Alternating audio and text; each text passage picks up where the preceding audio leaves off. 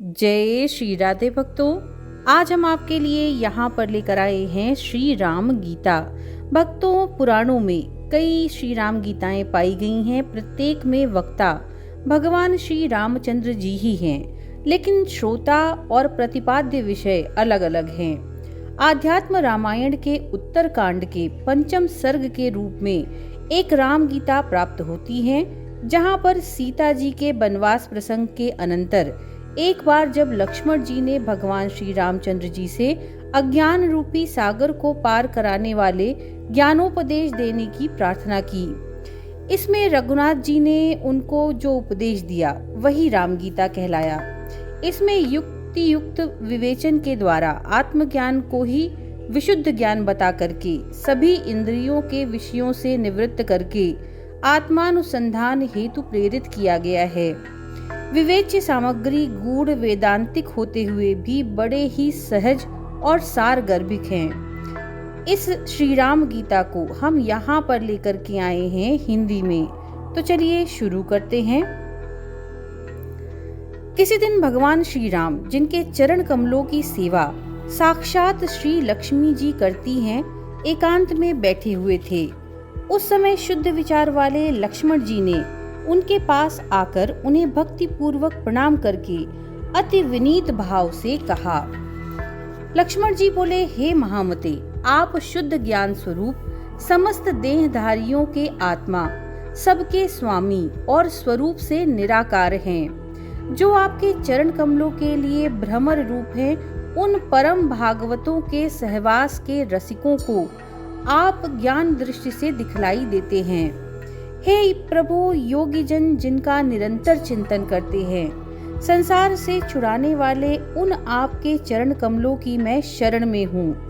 आप मुझे ऐसे उपदेश दीजिए जिससे मैं सुगमता से ही अज्ञान रूपी अपार समुद्र के पार हो जाऊं। श्री लक्ष्मण जी के ये वचन सुनकर के शरणागत वत्सल भूपाल शिरोमणि भगवान श्री रामचंद्र जी सुनने के लिए उत्सुक हुए लक्ष्मण जी को उनके अज्ञानांधकार का नाश करने के लिए प्रसन्न चित्त ही ज्ञानोपदेश करने लगे।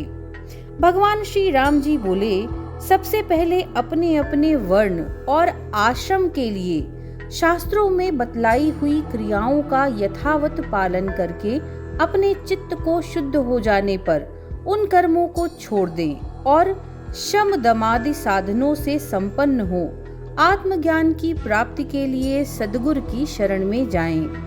कर्म देहांतर की प्राप्ति के लिए ही स्वीकार किए गए हैं, क्योंकि उनमें प्रेम रखने वाले पुरुषों से इष्ट अनिष्ट दोनों प्रकार की क्रियाएं होती हैं। उनसे धर्म और अधर्म दोनों की ही प्राप्ति होती है और उनके कारण शरीर प्राप्त होता है, जिससे फिर कर्म होते हैं। इसी प्रकार ये संसार चक्र के समान चलता रहता है। संसार का मूल कारण अज्ञान ही है और इन शास्त्रीय विधिवाक्यों में उस अज्ञान का नाश ही संसार से मुक्त होने का उपाय बताया गया है। अज्ञान का नाश करने में ज्ञान ही समर्थ है, सकार कर्म नहीं, क्योंकि उस अज्ञान से उत्पन्न होने वाला कर्म उसका विरोधी नहीं हो सकता। सकाम कर्म के द्वारा अज्ञान का नाश या राग का क्षय नहीं हो सकता, बल्कि उससे दूसरे सदोष कर्म की उत्पत्ति होती है।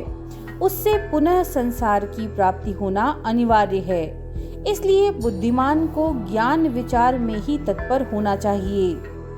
कुछ वितर्कवादी ऐसा कहते हैं कि जिस प्रकार वेद के कथनानुसार ज्ञान पुरुषार्थ का साधन है, वैसे ही कर्म वेद विहित हैं और प्राणियों के लिए कर्मों की आवश्यक कर्तव्यता का विधान भी है।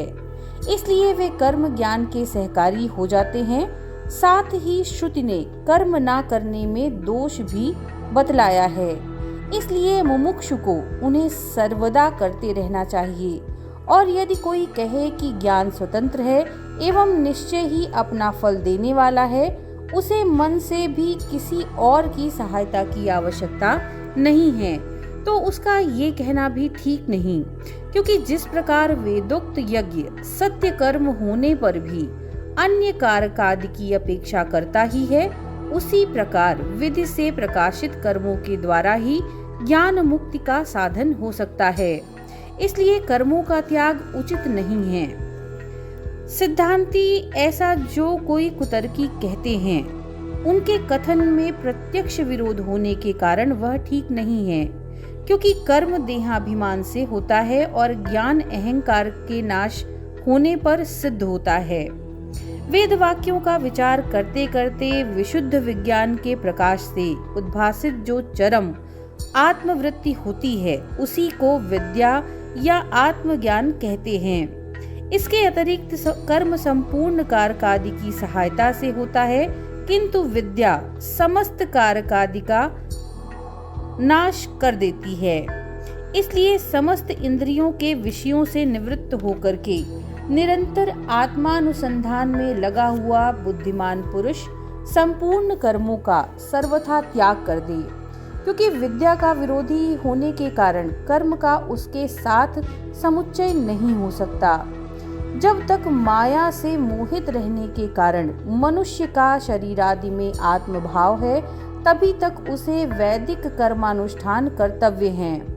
नेति नेति आदि वाक्यों से संपूर्ण अनात्म वस्तुओं का निषेध करके अपने परमात्म स्वरूप को जान लेने पर फिर उसे समस्त कर्मों को छोड़ देना चाहिए। जिस समय परमात्मा और जीवात्मा के भेद को दूर करने वाला प्रकाशमय विज्ञान अंतःकरण में स्पष्टतया भासित होने लगता है, उसी समय आत्मा के लिए संसार प्राप्ति के कारण माया अनायास ही कारकादि के सहित लीन हो जाती है। श्रुति प्रमाण से उसके नष्ट कर दिए जाने पर फिर वह अपना कार्य करने में समर्थ भी किस प्रकार से हो सकेगी, क्योंकि परमार्थ तत्व एकमात्र ज्ञान स्वरूप निर्मल और अद्वितीय है। अतः बोध हो जाने पर फिर अविद्या उत्पन्न नहीं होगी। जब एक बार नष्ट हो जाने पर अविद्या का फिर जन्म ही नहीं होता, तो बोधवान को मैं इस कर्म का करता हूँ ऐसी बुद्धि कैसे हो सकती है। इसलिए ज्ञान स्वतंत्र है, उसे जीव के मोक्ष के लिए किसी और कर्मादि की अपेक्षा नहीं है। वह स्वयं अकेला ही उसके लिए समर्थ है। इसके सिवाय तैत्तिरीय शाखा की प्रसिद्ध श्रुति भी आग्रह पूर्वक स्पष्ट कहती है कि समस्त कर्मों का त्याग करना ही अच्छा है, तथा एतावत इत्यादि वाजसैनीय शाखा की श्रुति भी कहती है कि मोक्ष का साधन ज्ञान ही है, कर्म नहीं।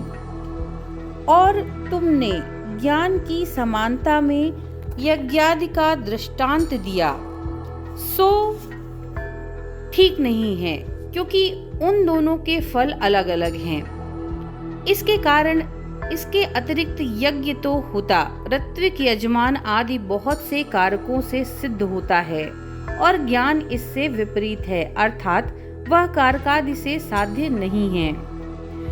कर्म के त्याग करने से मैं अवश्य प्रायश्चित भागी होऊंगा, ऐसी अनात्म बुद्धि अज्ञानियों को हुआ करती है, तत्वज्ञानियों को नहीं। इसलिए विकार रहित चित्त वाले बोधवान पुरुष को विहित कर्मों का भी विधिपूर्वक त्याग कर देना चाहिए।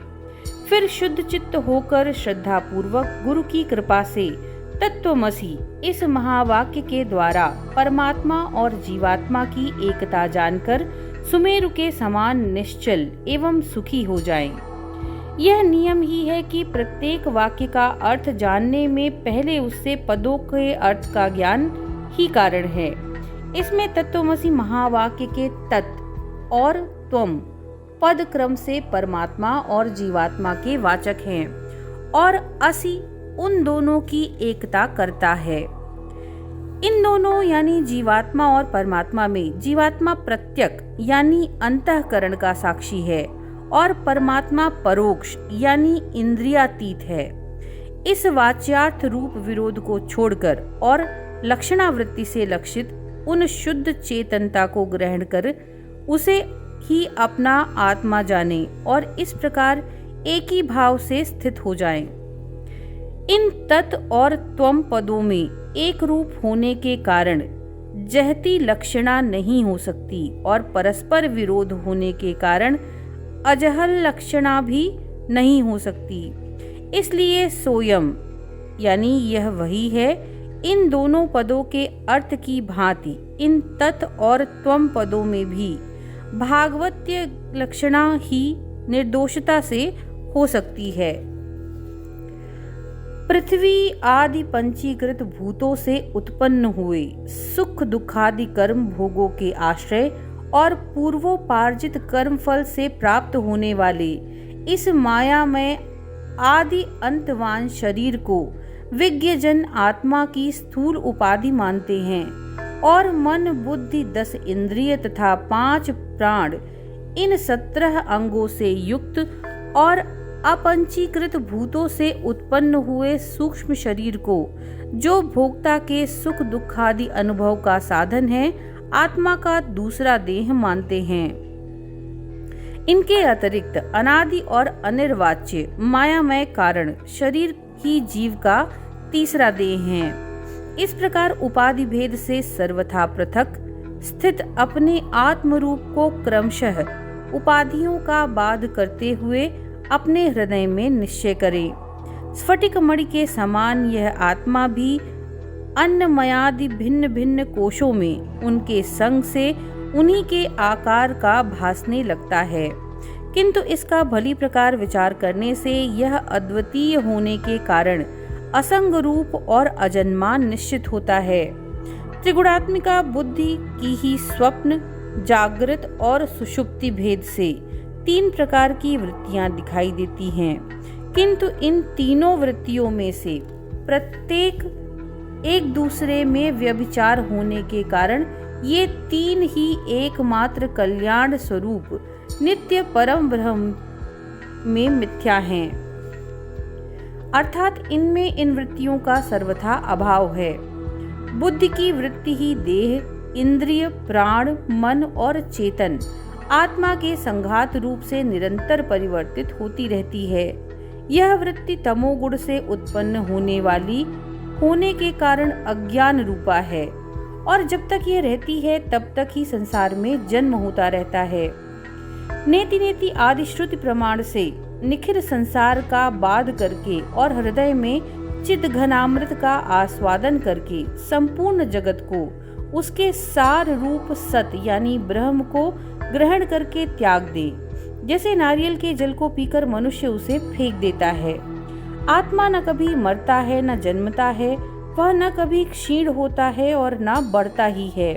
वह पुरातन संपूर्ण विशेषणों से रहित सुख स्वरूप स्वयं प्रकाश सर्वगत और अद्वितीय है। जो इस प्रकार ज्ञानमय और सुख स्वरूप है, उसमें यह दुखमय संसार की प्रतीति कैसे हो सकती है? यह तो अध्यास के कारण अज्ञान से ही दिखाई दे रहा है। ज्ञान से तो यह एक क्षण में ही लीन हो जाता है, क्योंकि ज्ञान और अज्ञान का परस्पर विरोध है।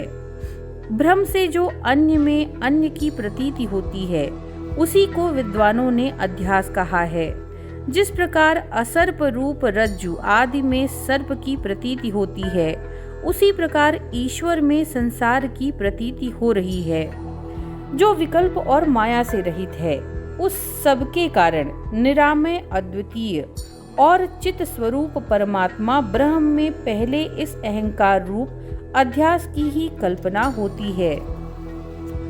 सबके साक्षी आत्मा में इच्छा, अनिच्छा, राग, द्वेष और सुख दुखादि रूप बुद्धि की वृत्तियां ही जन्म मरण रूप संसार की कारण हैं, क्योंकि सुषुप्ति में इनका अभाव हो जाने पर हमें आत्मा का सुख रूप से भान होता है। अनादि अविद्या से उत्पन्न हुई बुद्धि में प्रतिबिंबित यह चेतन का प्रकाश ही जीव कहलाता है। बुद्धि के साक्षी रूप से आत्मा उससे पृथक है। वह परात्मा तो बुद्धि से अपरिछिन्न है। अग्नि से तपे हुए लोहे के समान चिदाभास साक्षी आत्मा तथा बुद्धि के एकत्र रहने से परस्पर अन्योन्याध्यास होने के कारण क्रमशः उनकी चेतनता और जड़ता प्रतीत होती है। अर्थात जिस प्रकार अग्नि से तपे हुए लोह पिंड में अग्नि और लोहे का तादात्म्य हो जाने से लोहे का आकार अग्नि में और अग्नि की उष्णता लोहे में दिखाई देने लगती है, उसी प्रकार बुद्धि और आत्मा का तादात्म्य हो जाने से आत्मा की चेतनता बुद्धि आदि में और बुद्धि आदि की जड़ता आत्मा में प्रतीत होने लगती है। इसलिए अध्यासवश बुद्धि से लेकर शरीर पर्यंत अनात्म वस्तुओं को ही आत्मा मानने लगते हैं।